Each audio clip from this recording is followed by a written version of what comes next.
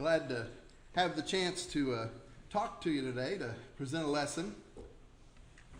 And as you saw there on that first slide, the tested and tried. When it comes to like engineering and stuff, I never really thought about any of this stuff. Country, you just grab whatever's there and slap it on a tree or whatever it takes and hope it don't break. But there's quality and stuff that can be checked. And then there's certain instances it needs to be for safety and those reasons. So obviously we're thinking about God here and Him testing us as His people, His Christian. And this lesson kind of came about where someone was just wondering, why is this happening? Why is my life having the problems, the troubles that it is? And there's a verse in Romans 9, where someone's having these similar feelings, or Paul's letting us know these thoughts of what's going on here. And, the older will serve the younger, in Romans 9, verse 12. And this is before they were born. It says, as is written, Jacob I loved, but Esau I hated. What shall we say then? Is there injustice on God's part? Paul says, by no means. He says to Moses, I'll have mercy on whom I'll have mercy. I'll have compassion on whom I'll have compassion. And he goes on, like he used Pharaoh and things. And has the potter, he ends up down in verse 21, and we said something similar in our Bible class. Has the potter no right over the clay to make out of the same lump one vessel for honorable use and another for dishonorable? So we look at ourselves and like, what's going on in my life? Who are you, oh man, is what he said there in verse 20. To answer back to God, will what is molded say to its molder, why have you made me like this? Has the potter no right over the clay to make out of one vessel or lump something honorable and the other something dishonorable? Now we're going to come full circle, and at the very end of our lesson, you'll see the choice is really yours, whether you're an honorable vessel or dishonorable. Well, let's look at Job here. We're going to look at some Bible characters quickly this morning. You're pretty much everybody here, I'm sure, very familiar with all of them. I was surprised recently, a guy at work didn't even know who Moses was. And, we had the preacher mention our gospel minister in our gospel meeting. The little boy had no idea if God's here on earth or what. So, we take for granted we know these characters, but some might be for the first time hearing some of these people. But there's this guy Job in the Bible. And in Job chapter 1, verse 14, when we look at Job, a messenger comes to Job. And the oxen were plowing, the donkeys feeding beside him. And the Sabeans fell upon them, took them, struck them down, the servants with the edge of the sword, and I alone have escaped to tell you. So this happens to Job. People attacking his flocks. Doesn't stop there. Down verse 16, while he's yet speaking, comes another. Fire of God fell from heaven, burned up the sheep and the servants and consumed them. I alone escaped to tell you. And we go on verse 17. While he was yet speaking, there comes another, said, the Chaldeans formed 3 groups, made a raid on the camels, took them, struck down the servants with the edges of the sword, and I alone have escaped to tell you. So his camels are taken. Verse 18. Someone might be say, boy, what kind of guy is this that this is happening to him? Being cursed, if you will. But verse 18 through 19, while he's yet speaking, there came another, said, your sons and daughters were eating and drinking wine in their oldest brother's house. Hold, a great wind came across the wilderness, struck the 4 corners of the house, and fell on young people. They're dead. And I alone have escaped to tell you. And finally, if someone didn't know the story of Job, you start to get a hint here.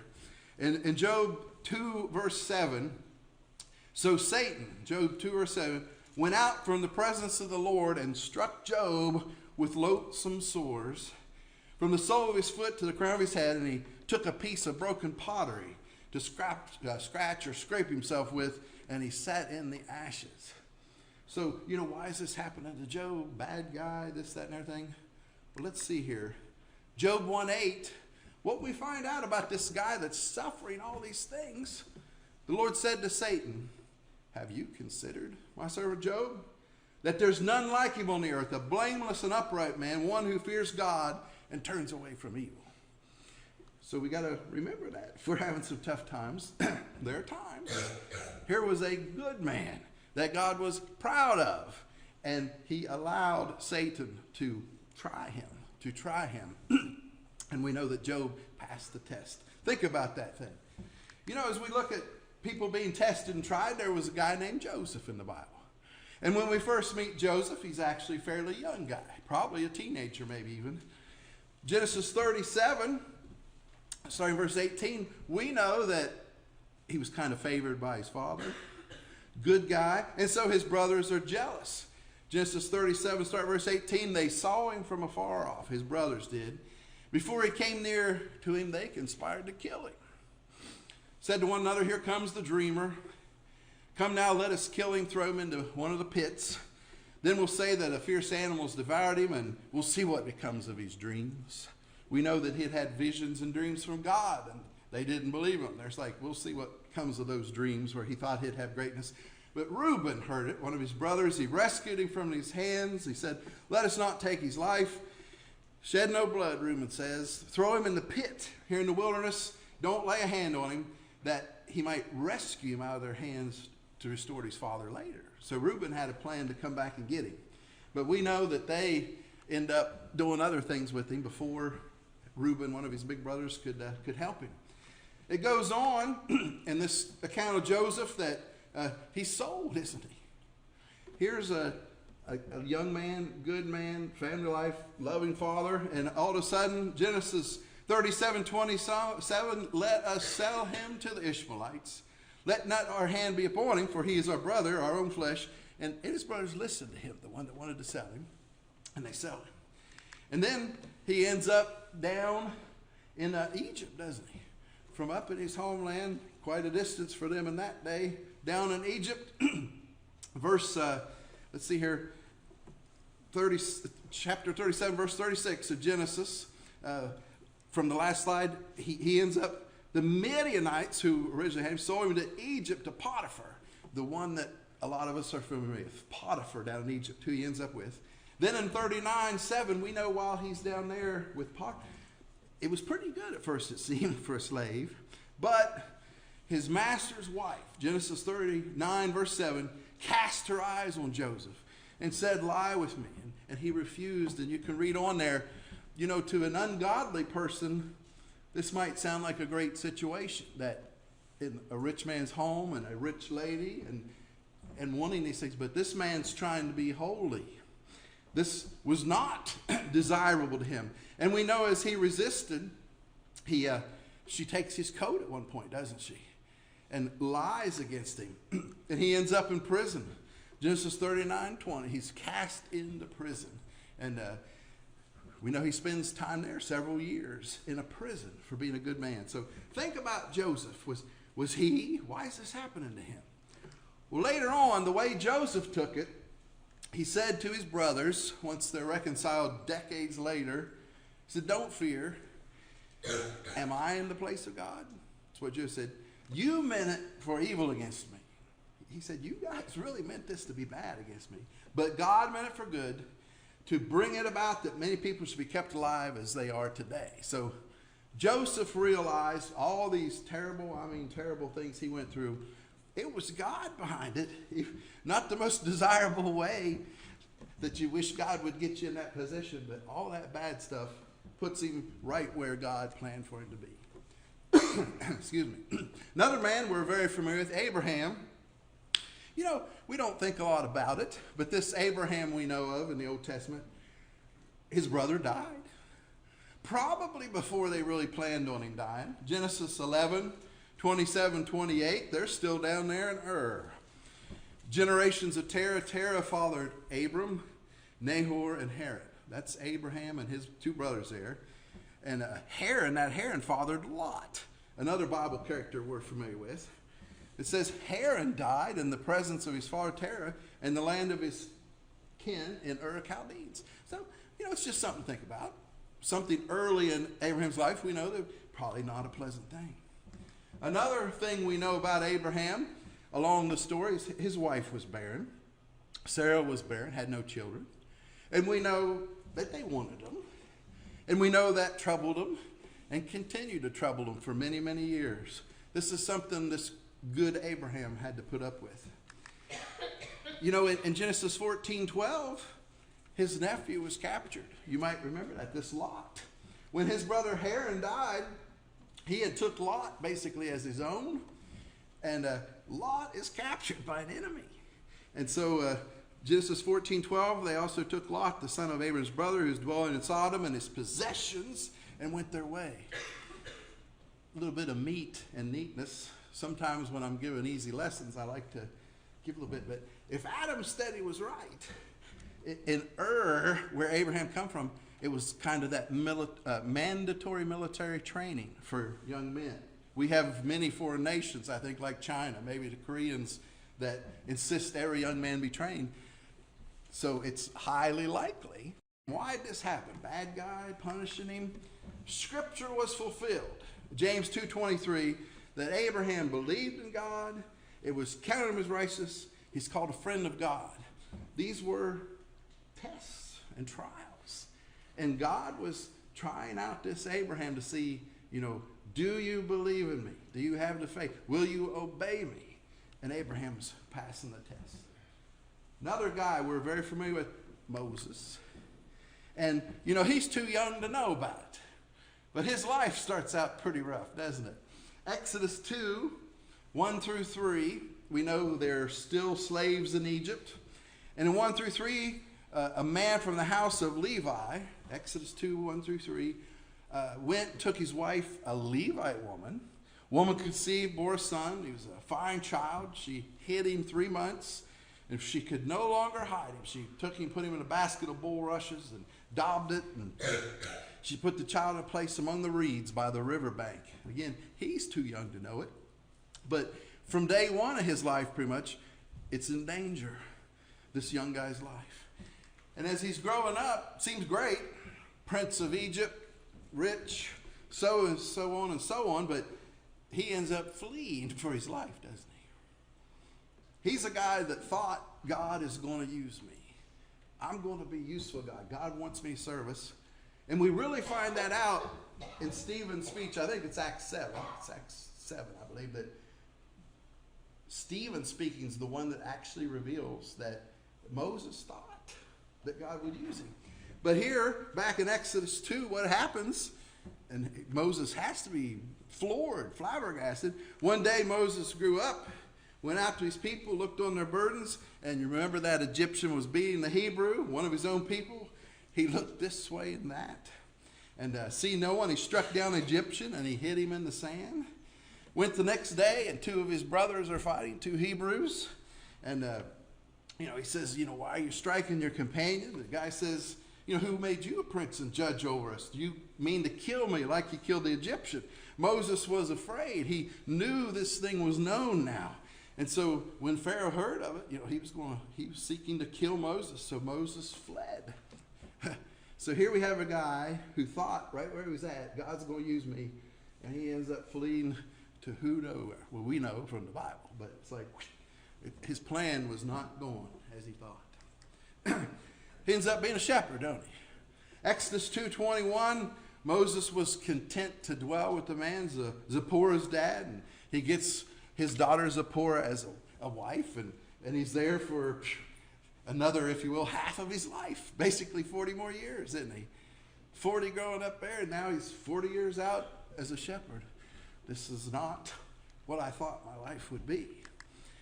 And when he does finally come back to power, if you will, you recall God comes to him. His siblings fighting him, right? Siblings bickering, even the people rising up against him and stuff. But Numbers 12:1-3, you know this. Abraham and Miriam and others speaking against Moses. He had married a Cushite woman at that time, and we know it was quite often he had even his siblings speak against him, and they didn't like being in subjection to him. So Moses is putting up with that. And finally, you could say the last kick in the teeth, he doesn't get to enter the promised land, does he? This leader that's done all these things, helping people, even offers to die for their sins. Let their sins be on me. Genesis 30 or Deuteronomy 32 says here, Deuteronomy 32, that very day, verse 48, the Lord spoke to Moses, go up this mountain of Abarim, Mount Nebo, which is the land of Moab, opposite Jericho. View the land of Canaan. I'm going to give it to the people of Israel for possession, and die on the mountain when you go up there. You'll be gathered your people as Aaron your brother died at Mount Horeb was gathered, because you broke faith with me in the midst of the people of Israel at the waters of Meribah Kadesh in the wilderness of Zin, because you did not treat me as holy in the midst of the people of Israel. For you shall see the land before you, but you shall not go into the land which I'm giving the people. So this happens to Moses. Was bad guy? What's going on? Well, hear what we know in the back of Moses' mind. Hebrews 11:26.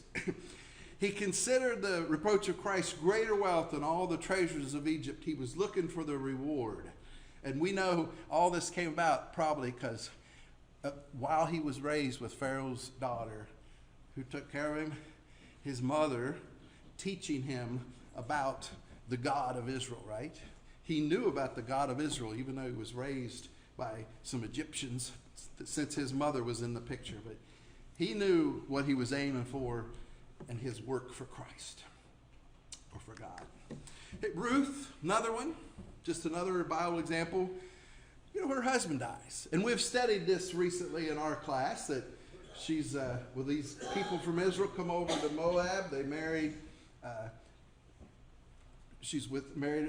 sister-in-law's married the brother there of her husband. And we know that her father-in-law died, her husband died, and her brother-in-law died. So we know that story from Ruth. And another thing we can infer about Ruth is, at least at the time her husband died, seems no child, doesn't it? Doesn't necessarily say she's barren or anything, but it just seems she has no child.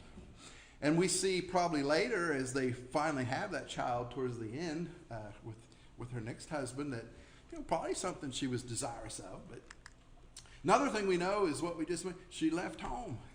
Here she was in Moab with her mother-in-law, and chooses to go to Israel, a foreign land.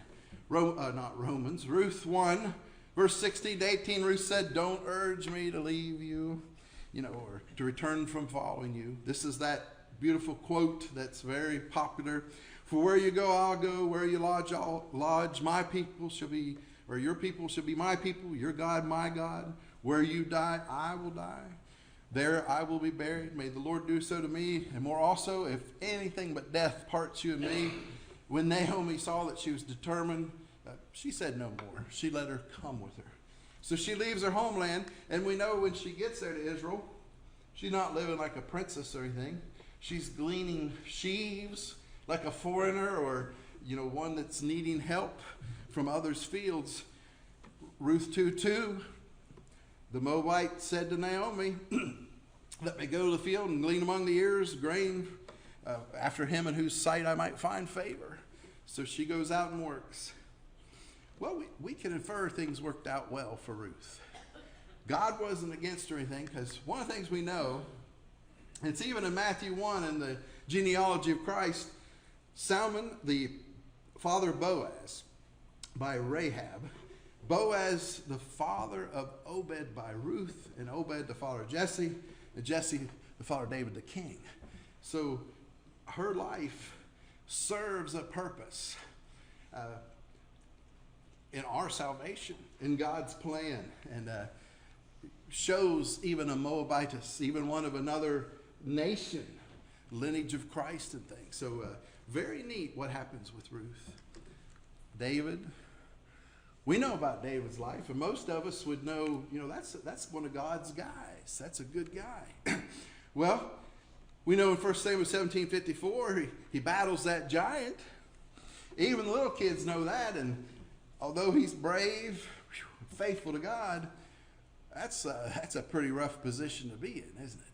But he's out there in a battle, even being mocked by his brothers and things. You can't do this. You're just trying to be a big shot. You don't even know what you're doing. And he still withstood that, went out there. We know he's pursued by the king. Because of his bravery and good report and popularity from what's happening, we know that King Saul was out after him. 1 Samuel 18, verse 6, they were Coming home, David returned from striking down the Philistine. The women came out, you might recall, singing and dancing, saying that Saul, had killed like thousands, but David had killed 10,000s. Well, the king didn't like that, so he's out after him. At one point, he throws a javelin at him, and he's just trying anything to kill David. So this is what David's having to put up with.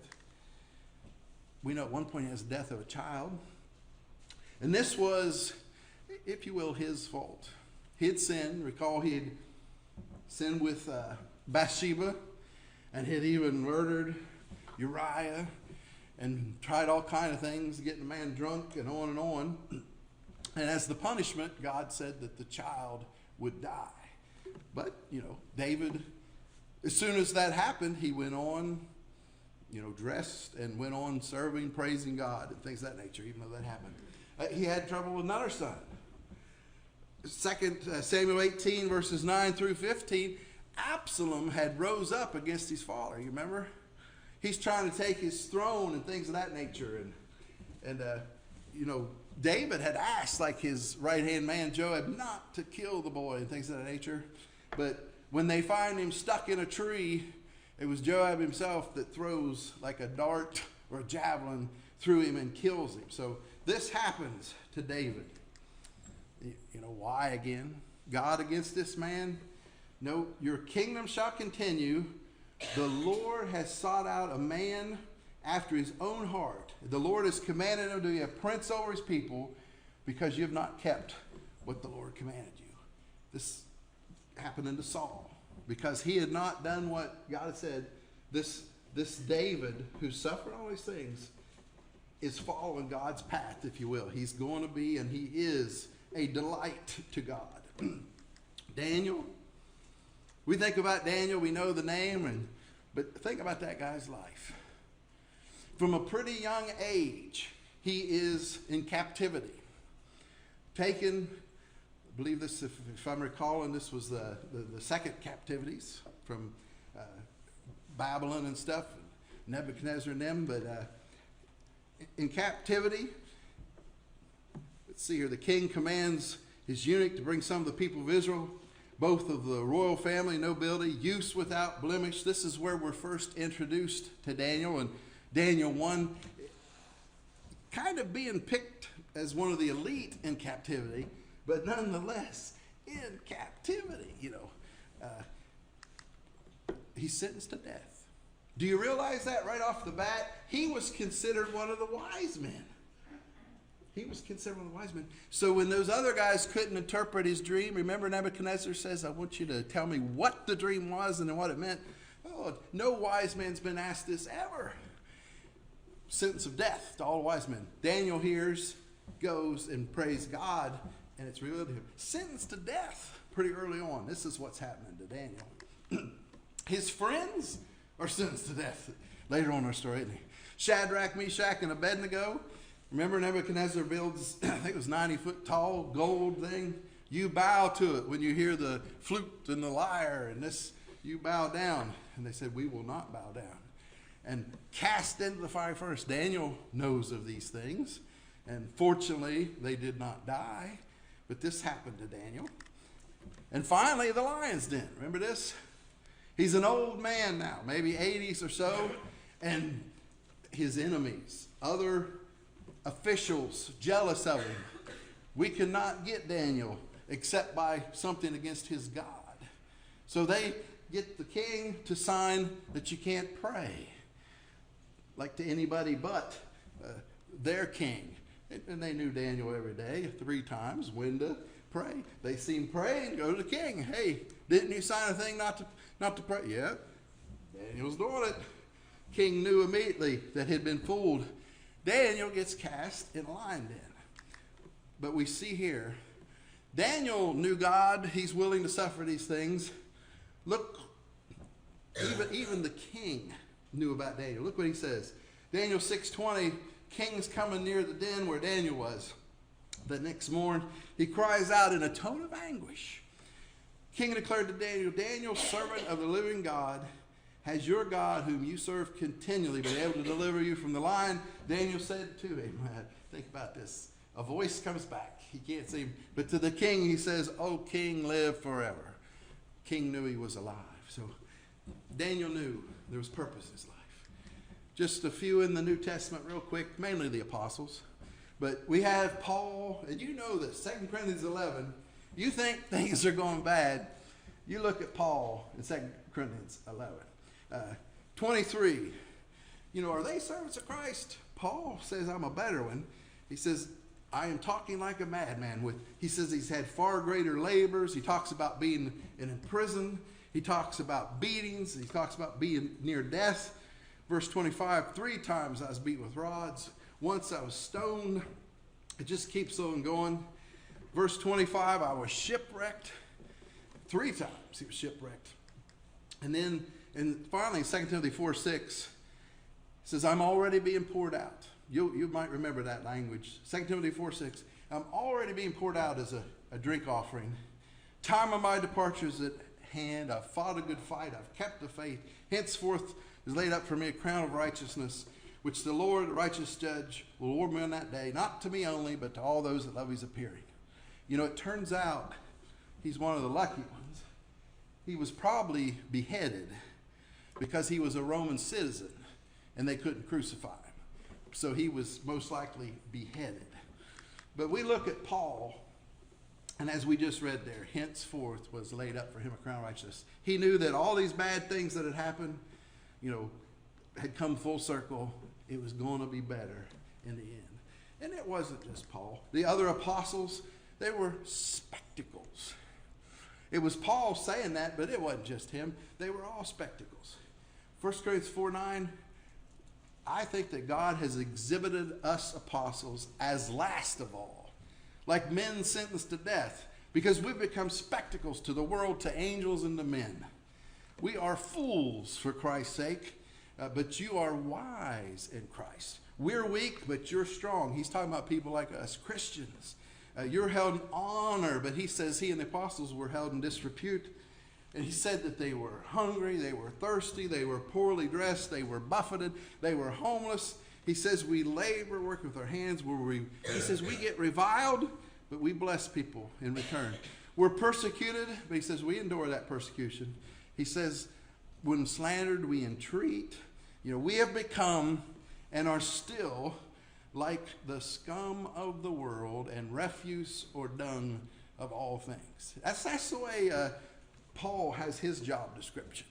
So we see the apostles and how they felt in the presence of God, but we know they knew that God was going to use them.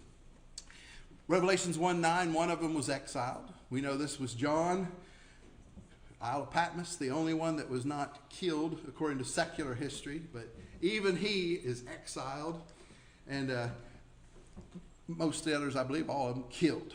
And we got a picture there of Peter. We don't know it from the Bible, but we see that secular sources claim, you know, he was going to be crucified, but he said he didn't deserve to die like he's Lord, and supposedly crucified upside down per his request. But that's all secular stuff. But this is what happened to the apostles, the friends, some of them the inner circle of Jesus. This is what happened to them.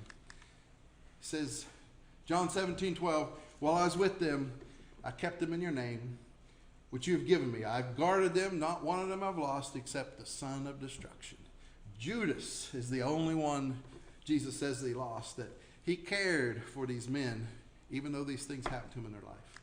And even Jesus himself, if this happened to the master, it'll certainly happen to you. He was tested. We know that in Matthew 4, verses 1 through 11, taken out to be tempted, you know, the bread and jumping off the pinnacle and bow down and worship me. And it was difficult. Angels come and strengthen him. This is what happened to Jesus. We know he was mocked. There's all that during his life, and they're out after him, Pharisees, you know, trying to get him, trap him. They mock him. Matthew 20:19, delivering over to the Gentiles to be mocked and flogged and crucified. And then it says that he would raise the third day. This happened to Jesus. Flogged, same verse, and of course crucified. They crucified him. They divided his garments. cast lots for him. How did Jesus feel about, or not Jesus, how did the Father feel about this guy? We know, that's my beloved Son, in whom I'm well pleased. Listen to him. This is what happened to him. So why are these things happening in our life? That's the main thing. We've probably all felt troubles and why is this happening? But did God not love them or you? No, he does. Is he unaware? Does our omniscient God not know of this suffering that's troubling your heart, whatever it might be? No, it's because of sin. That's one thing. Let's remember that our life would be perfect. Like the Garden of Eden, no thorns, thistles, no pain, childbirth. But we sinned. That's one of the reasons. And it's testing and growth. That's all there is to it, is God is trying us. You know, you show me that you love me. You obey me. Put me above all else in your heart, and I'll give you a crown of life. I'll save you. That's why these things are happening. James 1, we studied that recently. Count it all joy, my brother, when you fall into various trials and temptations. The testing of your faith will produce steadfastness. Let that steadfastness have its full effect. You'll be perfect, complete, lacking nothing. These trials will help you get a home in heaven. And, you know, it's like that wrench. You can see from that one, that's made in China. It doesn't say it. But you got that cheap-looking metal and the little stamp, and you can see that it's snapped right off. And that's what God's trying to do. He's seeing, will we snap off? Or will we feel the test? I bought drill bits just a couple weeks ago. It wasn't 2 minutes. I get them out of the pack. Piece of junk. It didn't pass the test. So we'll just say today, invitation that we know God's saying to you, come unto me, all you that labor, heavy laden, I'll give you rest. He knows you got troubles and burdens in this life because he's put some of them there himself, most of them, to help test and try you. And he says, you know, my yoke's easy, my burden's light. Things will be better. I'll help you bear these trials. These things that are happening, if in the right mind, they won't be so difficult. And, you know, it's really your choice how you react to these things. It's your choice. And I told you we'd look at that verse, 2 Timothy 2:20. You remember the guy was complaining about the potter and the clay and being a dishonorable vessel? But in 2 Timothy 2:20, look at this. It's up to you. In a great house, there are not only vessels of gold and silver, but also wood and clay, some for honorable use and some for dishonorable. My grandma had a chamber pot, not a very honorable vessel. And we know there are the silver dishes that come out around the holidays like now. But it says, therefore, if anyone cleanses himself from what's dishonorable, it's up to you what kind of dish you are. He will be a vessel for honorable use, set apart as holy, useful to the master house, ready for every good work. And look partly how we do that. Flee youthful passions.